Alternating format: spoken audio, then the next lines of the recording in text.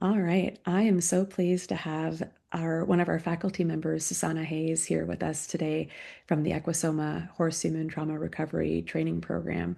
And we wanted to talk to you a little bit today about how it many of us may have noticed that we've tried all the things, we've tried all the gimmicks, the techniques, the methods, and there's still something missing in the dynamic with our horses. There's still something that isn't quite landing. And we wanted to let you know it's not just you. There's something else. And Susanna's story is going to help you understand perhaps a little bit more about what that something missing might be.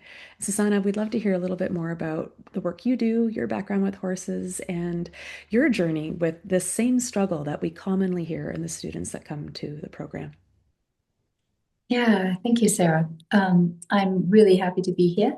And yeah, a little bit about myself. My name is Susanne Hays. I live in Colorado Springs, on the north end of town, and this is like the native land of the Ute Nation. They were the first recorded nation here, but also other tribes have moved through the region, like the Arapaho, the Apache, the Cheyenne, the Kiowa, and various other tribes. So I just wanted to name that. And I'm very connected to the land because we have two prayer trees on our property, so it feels very special. And I'm here with my husband and various animals. So we have two dogs, we have three cats, and three horses currently. And yeah, so my background professionally, I have my private practice actually in the barn. So half my barn is where I have treatment rooms, and the other one is where the horses are. And I came into this field with a therapeutic riding instructor background. And I had taken a deep dive into natural horsemanship with a horse that was very difficult to train when I started out my journey.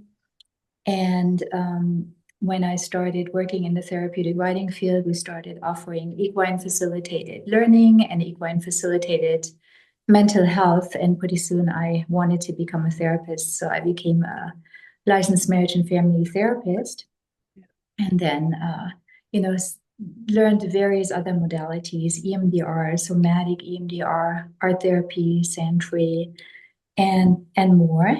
And I still felt there was something missing there. And I stumbled into Dr. Peter Levine's work of somatic experiencing. And I completed the 3-year trauma training with Somatic Experiencing International.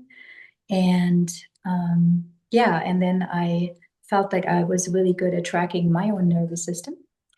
And then there was still something missing in the whole picture as I was working in the field, tracking my own nervous system. And I believe it was in 2019 when I first heard about you, Sarah. Yeah. Yeah. Yeah, and you've been with our program since that time, Susanna. And I'm curious about this piece that we often hear students talk about, which is how they've tried all the behavioral methods, they've tried all these different techniques. They may have even tried breathing strategies. They may have heard about, the idea of looking after their nervous system or trying to take a nervous system approach. But still, we're finding something was not quite fully there for them. And I'm wondering if you'd be willing to speak a little bit to that more. Absolutely. So one of the major drawing in point to EQUUSOMA was how you worded things differently and how it involved the horse more in the whole process. So the focus was more on horse human trauma recovery, and the human was not necessarily in the center of it all. Because one of the things that I felt was missing was oftentimes when we focused on a client, whether in my field of equine facilitated psychotherapy, it was a human client. The focus was often on improving symptoms or reducing anxiety or depression or whatever that human was dealing with. And in the process, it felt like we were using potentially a technique, or we were trying to, really focus on the downregulation of that person. But it often came at the expense of the horse. And it wasn't that the horses were mistreated. There was definitely, an absolute focus on the horses' well-being. But it was the little things kind of that happened that I felt like we were not noticing. And those are things that we can very easily slow down and really notice what shows up in the moment. And oftentimes there's so much more before something happens, before a behavior happens, or before a certain tension pattern in the body happens that the horse might respond to. And that was one of the things. And then, of course, there was so much more that I learned in the process in 2019 when I met you. Mm-hmm.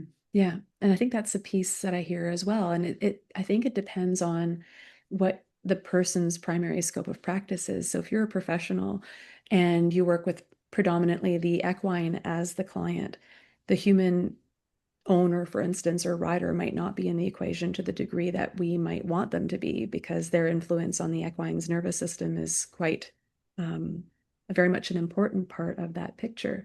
And then in your case, Susanna, where it's more on the human as primary client, then the equine's patterning and so on is not part of the equation. And so part of the thing that we're looking at here is, regardless of whatever occupation or work that you do, at this intersection of equine and human, or if it's you and the equines in your own life, in your own personal life, at your farm, or that you board somewhere, how are we looking at the nervous system patterning, the relational patterning between the two? It's really a conversation between two nervous systems.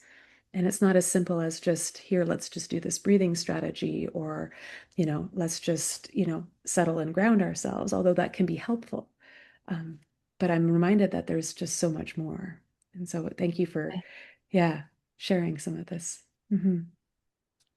I'm reminded a little bit of one of the things that students often tell us when they come to the program, which is this idea of, oh, well, I've got enough tools in my toolkit. I've got like breathing strategies and grounding strategies, and I know how to um, stop myself from feeling certain things when I'm with horses.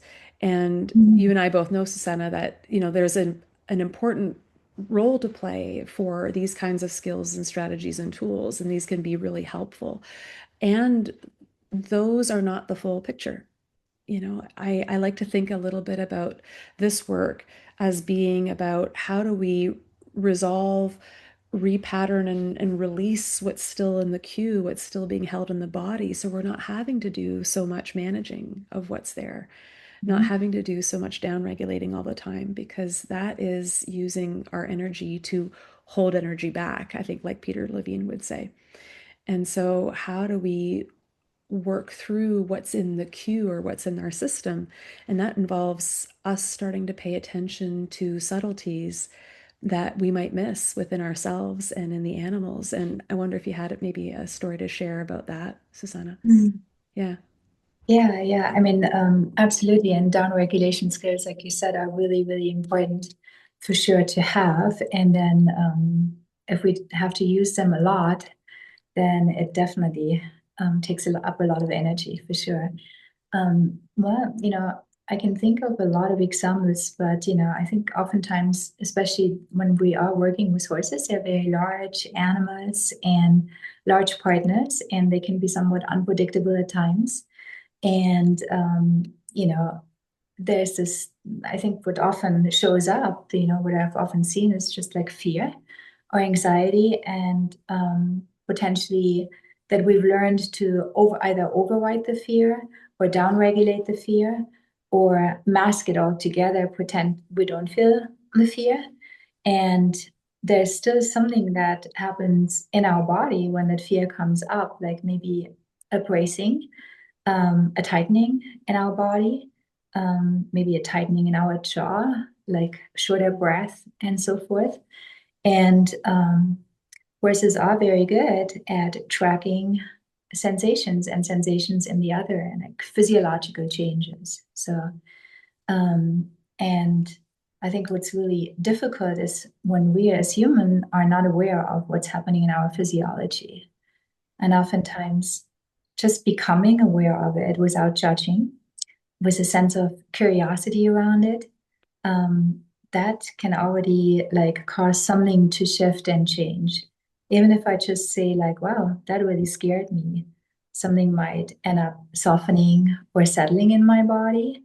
And then there's often this response and this, this resonance kind of in the field. And it's not just the horse that can feel that, and being more trained in like reading others' nervous system or reading my own, I can also often feel this resonance kind of in the field when something doesn't match and it doesn't feel safe, and contribute to this felt sense of safety, of feeling safe and being gotten. Yeah, it's this really is a conversation between two nervous systems. So well before a behavior shows up, in say the animal, the equine, there's a whole series of things playing out between ourselves and them way before a behavior shows up. And this is, I think, the beauty of what you're talking about is when we start to pick up on those subtleties sooner and sooner and sooner, we stop seeing behavior just as a set of problems that we have to fix, and more about it being a symptom of something that's playing out that has been unfolding for some time. And that if we start to recognize behavior as not the first thing, but actually the last thing, in this long sequence, we Mhm. might be able to start to intervene differently. And that's what makes, I think, this program a bit different is we're looking at the interplay and the parallel process between equine and human nervous systems in all sorts of contexts where equines and humans come together. Another thing that comes to mind when I think about these missing pieces that are sort of elusive, but yet are covered in our program in great depth is this idea of rupture and repair in human equine relationships. And you often hear these days more so now this conversation around attunement. How do we attune more to the equine? How do we attune also to ourselves? Because we're part of that equation. And I think some of the students come to our program, or some people sometimes might not come to the program because they think, well, I keep getting it wrong, or I keep making so many errors, and who am I to show up and take this program? There's so much pressure to get it right. And I like to say that the path to attunement is paved with misattunement. And I know you, as a marriage and family therapist, Susanna, would have a lot to say around this idea of good enough parenting or good enough horse ownership or good enough humaning in relation to equines. But maybe you could say more here. Yeah. Absolutely, absolutely. And especially when we're talking about attachments and early attachment, I mean, research studies have shown that, you only have to get parenting about 30% right. So it's not being the perfect parent all the time. It's impossible to be, and it would put a lot of pressure on us. But so much about it is like to the how the repair looks like when we are misattuned. Um, and I think there's something so valuable in that people cannot always be attuned, or we cannot always be attuned to our horses or ourselves or the people around us, right? And but but the ability to repair, the ability to, if there's no bad intention, right, to reach back out and to come back into like social engagement, into real connection and care, is what is ultimately so repairing in the relationship. And it teaches, I think, our children, when we're looking at family systems, right? It teaches our children, oh, if you make a mistake, you can repair, right? And it's okay. It's okay to be misattuned. I like the t-shirt to say like attunement in the front and in the back to say misattunement, attunement, misattunement. So Yeah. it's a play with it. And repair is it's it's not something that we often grow up with or have learned with, repairing. It's the antidote to blaming the other, right? It's the antidote. It's true. And I think how many of us as humans did we ever experience what it was like for a caregiver to take accountability and go, hey, I saw that you were really scared when I yelled, or, I could tell that that was really upsetting for you, and I was really frustrated and I couldn't be there for you in that moment in the way you would have needed me to, and I'm sorry. And, and if I could do it over again, here's what I would do differently. And, what's it like for you to hear this? And not, this isn't about like asking for forgiveness, which is putting, again, pressure on the other to kind of do some sort of absolution, but more about the, hey, the naming, and the acknowledging, and then the course correcting. And horses feel that too. It's like, oh, right, okay, you caught that. Oh, something changes when we notice and pause and backtrack and redo and course correct and check it Mhm. out and recalibrate what we're asking or what we're doing. Absolutely. And, Mm, I've experienced a lot of this with my own horses. I have two young horses, and doing some trailer loading with one of my young horses where I asked for too much, and it was too much. And, I just, hey, let's backtrack, let's go back. I realize that happened, let's do something different, or let's move away from the thing. And I'm, really sorry I did this, and let's do it different, and I think the intention we put out there of the repair is immediately felt, by the other without words. I mean, the horse probably doesn't understand my words of what I'm saying, but it has that felt sense of what happened in my physiology as I said that. mm. Yeah, something changed. It didn't continue down the path that it always does, which is into more overwhelm, more frustration, more disconnect, more shutdown. It stopped. Mhm. And whatever was starting to build came back down and dissipated, and something different got to play out than the standard, you know, way things always unfold. Mhm. And that's felt. We can feel a sequence that we're used to not playing out in the way that we anticipate, where that sequence gets interrupted and then unfolds differently. And that the more we can do that, the more we can catch it earlier within ourselves and within them, the more something has the chance to change for both Mhm. of us. Yeah, absolutely. Mhm. Mm, Yeah, so there's a okay. there's another thing that I wanted to bring up, and something that I have observed in others and also myself, like both professionally and personally, and it's sometimes just feeling inadequate, and then maybe diverting to some kind of behavior to mask that, and just the importance of insight, of being curious about the patterns that are happening and the shifts. And because oftentimes so many things are starting to happen before the actual behavior happens, and if we can start slowing that down, and I can think of various examples kind of that fall into this category, but oftentimes something greater can shift, and a greater core belief can potentially shift as a result, so we don't have to use these down regulation strategies so much all the time. And I'm curious, if you can think of an example as well. Mm. Yeah, so many. One that comes to mind is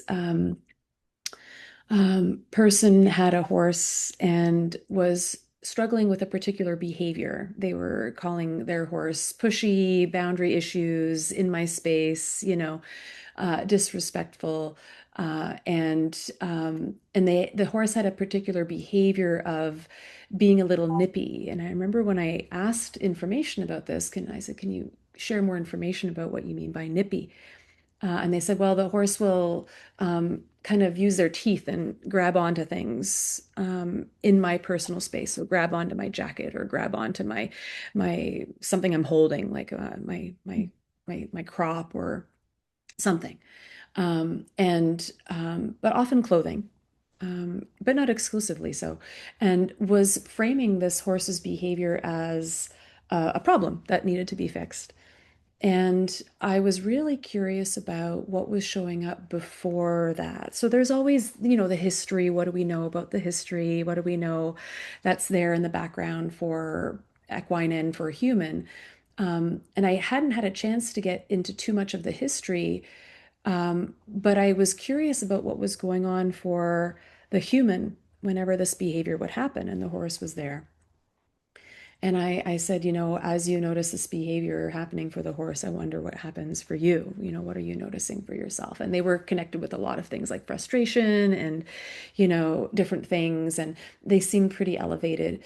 And it was interesting because it was in getting to know more about the rider's experience that the horse's behavior started to show up again Mm. in that moment. So horse, was standing there and then starts to reach over and does this nipping sort of behavior that the person was saying, and grabs at the jacket or grabbed at, something else that the person was holding.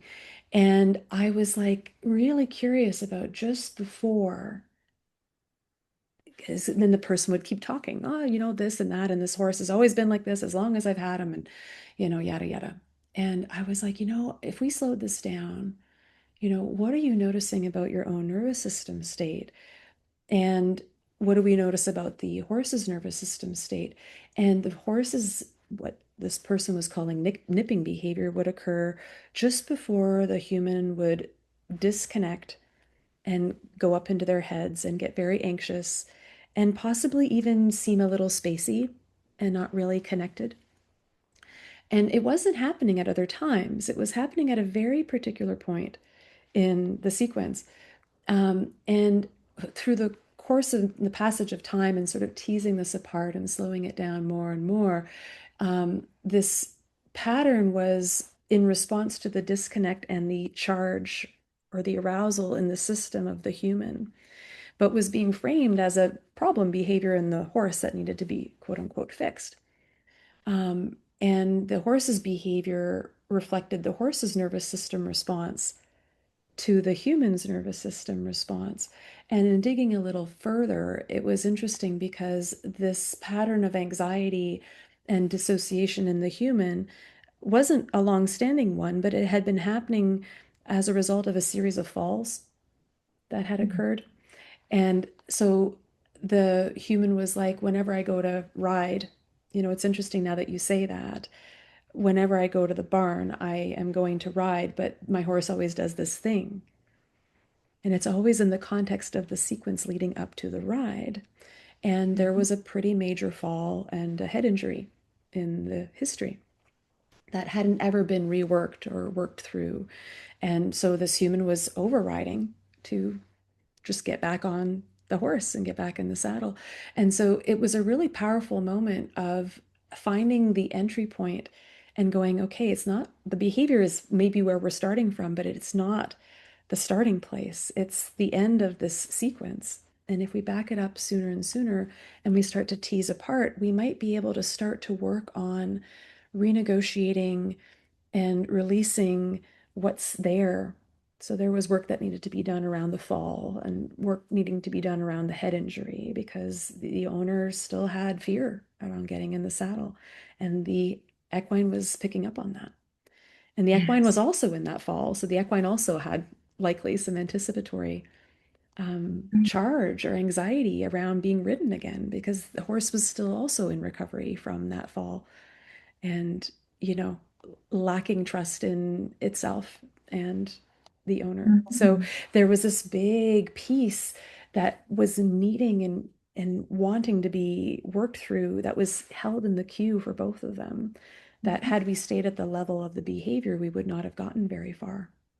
Absolutely. Wow, this is a great example. And it's also such a good example of, the reenactments of something that's happening over and over again in that Mm-hmm. same sequence pattern. And having worked a lot with faults myself or motor vehicle accidents or TBI, traumatic brain injuries, it is something that you see quite frequently where people Mm-hmm. might fall in a similar manner or have similar accidents again. And it makes so much sense that, especially if the horse was also affected, that there was a reenactment potentially also for the horse and for both Yeah, in that sequence. And yeah, what a gift to slow that down and to be able to renegotiate something for something else to happen and anything that was so suppressed potentially to be able to work Yeah. through the physiology. Mm. It's a great example. It speaks Wow. to that difference between like just finding like a behavior to fix and finding a strategy to override or make Mm-hmm. myself feel calmer to overcome my anxiety, for instance. And I'm going Mm-hmm. to do something to shape this behavior differently. And I'm going to do something over here to maybe breathe through it and try to talk to myself and give myself some affirmations to get through my fear. But it's all masking the underlying physiology, the underlying nervous system pattern. And so while those things can maybe be useful at certain times, we're looking at trying to get to something deeper that's underneath. Yeah, Yeah. for both. Yeah. Yeah. Mhm. That makes sense that what is suppressed, right? And Yeah. kind of takes away from our life energy. Mm-hmm. One thing I appreciate a lot about this conversation, Susanna, is this idea of how universal all of this is. We're all mammals. We all have a nervous system, and we're responding to cues in one another's nervous systems all the time. And so whatever is in the cue, we're going to respond to it, whether consciously or unconsciously. And so will the equines. And I think this way of working or this way of framing or understanding things um, just is so powerful, both in terms of our own personal relationships with other species, but also in the professional scopes that we work when we're working with equines and other humans in various contexts. There's something really powerful about shifting, I think, away from finding behavior to fix or teaching another skill, a downregulation technique, that kind of idea, and moving away from sort of strictly behavioral methodology, which is helpful and has its place. And learning how to use behavioral methods well and ethically is really important. And there's so much more that can be done before we even get to looking at behavioral methods. So, whether, regardless of whether you're, wanting to teach some sort of regulation strategy to a human, or you're trying to do some sort of like clicker training or, negative reinforcement type work, even before all of that, there's all this nervous system state stuff. There's all this relational field stuff, this rupture and repair stuff, this trauma renegotiation stuff. And when we attend to those bits and pieces, the other stuff that we do shifts, or the Yeah. need for the other stuff shifts, or it unfolds differently Mhm. because we've addressed what's in the queue before the behavior shows up in all of these different contexts. And I think Mhm. that's what I find so transformational about this style of working. Yeah, Susanna. Yeah, yeah, absolutely. That's so important to see, and I think the importance is the more we are embodied, right, the more we are aware of what's happening in our own nervous system, um, and be okay with it, with whatever happens. I mean, I still tense up sometimes, and that just happens. It's normal. But I'm not too worried about it. When it happens, it usually shifts and changes, and I know what goes up usually can go down, can down regulate when I'm just with it, right? And uh, and the trust I have to that my horse, if I'm working with the horse, will have the same. That the human I'm working with has the same ability of a nervous system that can be regulated. um, that's so essential, and the horses really feel if we're embodied or not. And it also gives security, again, goes back to this sense of safety kind of we have around each other when we can name what's happening in real time, in the here and now. Mm-hmm. Yeah. Yeah.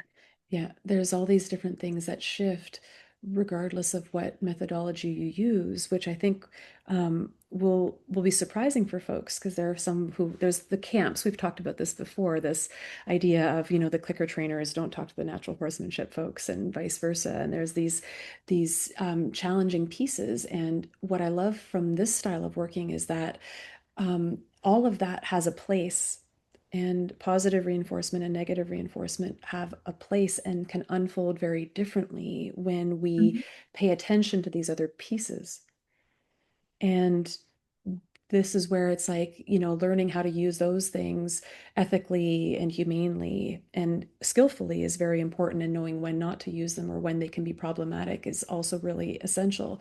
And it's like, and when you do use those things, how they unfold can unfold very differently when we attend to what's in the cue, Mhm. what's in the field, what's in the nervous system patterning that's resulting in maybe some of the behavioral methods that we know not playing out in the way that we hope or that we Yes. intended, because there was more there that preceded the behavior that was needing to be attended to. Mhm. Yeah, beautiful. Mhm. So I do want to say, like, it's been quite a journey to be here today, at this point when I started like the somatic experiencing training and then the EQUUSOMA journey. And um, it is so lovely that EQUUSOMA has this licensing through Somatic Experiencing Institute. And I have to say, it was a journey that's well worth it. And I'm still kind of on it. There's still things unfolding, constantly. And, but it's changed me both professionally and personally. And I'm really glad to be here and to be supportive, in all the students' journey as well. It's Yeah. meaningful for you to be here too, as well. And I think it speaks to the power of this work is that you, and along with, I think, 3 or 4 other people who were part of our original 2019 training teams, actually, probably there's a number of people who are part of our original training teams who are still with us today, this many years later, Yes. who for whom this has been so valuable. Um, and same for me. I mean, I'm only here because this has been my journey as well, and I have found this absolutely very profound in terms of personal and professional changes within my own life and the people I work with and the equines that I work with. That it's a real honor to be able to be here and to be surrounded by people who've been with this program since its inception, so to speak. And if any of this conversation feels resonant to you, either personally with your own equines or professionally in the work that you do with human and or equine clients, there's space available. Our next level 1 cohort is starting in January, and it is entirely online. Level 2 is a mix of online and in person, but our next level 1 cohort is coming up pretty soon. And so we would love to get to know you, get to hear about your journey, and see if and how we can support things to shift for the humans, the equines, and yourself that are connected to you in the work that you do and in your personal life. I think there's a one thing kind of I'd like you to know, and if you entertain the idea of like this journey, is just know that you don't have to be perfect. It's not about that, or do things in the perfect way. Um, and know that there is support, you're supported, and it's a lot about connection and feeling that support and healing our own nervous systems. And, I've had a lot of support throughout my journey, and it's just really nice to be able to feel that greater container kind of that's there. And one of my dreams was always to make this world better for horses. I think we all have that dream. And it starts with humans and our own nervous system. And it's not about perfectionism. And it's really just about being and being present with, and knowing that things can transform and change, and it's worth the journey. Mhm. Thanks, Susanna. Yeah. I would say it echoes for me as well. There's always a time to begin again. And like I've made many mistakes, in my life. And there's this grace around being able to begin again, a humility around being able to begin again. And I find this work to be so forgiving. There's always another choice point, always another opportunity to slide in and experience it differently. It's never too late. It's never too late. And I think that's one of the things that I wish more people knew, is there's all this pressure and this urgency, and we may get so used to the pressure and the urgency because that's what our nervous system is used to, and maybe the horses are also used to that pressure and urgency from us. And if we pause and allow something to soften and work on repatterning that, so much more gets to unfold that isn't that. And something different can happen at any point. Just because something has been this way for this long doesn't mean that it can't shift or that something can't be different. And that's the really beautiful, forgiving quality of this work is there's always another opportunity, always. Mhm. And so, again, if this resonates with you, we'd love to hear from you and we'd love to see you in the next cohort. Bye for now. Goodbye. Welcome.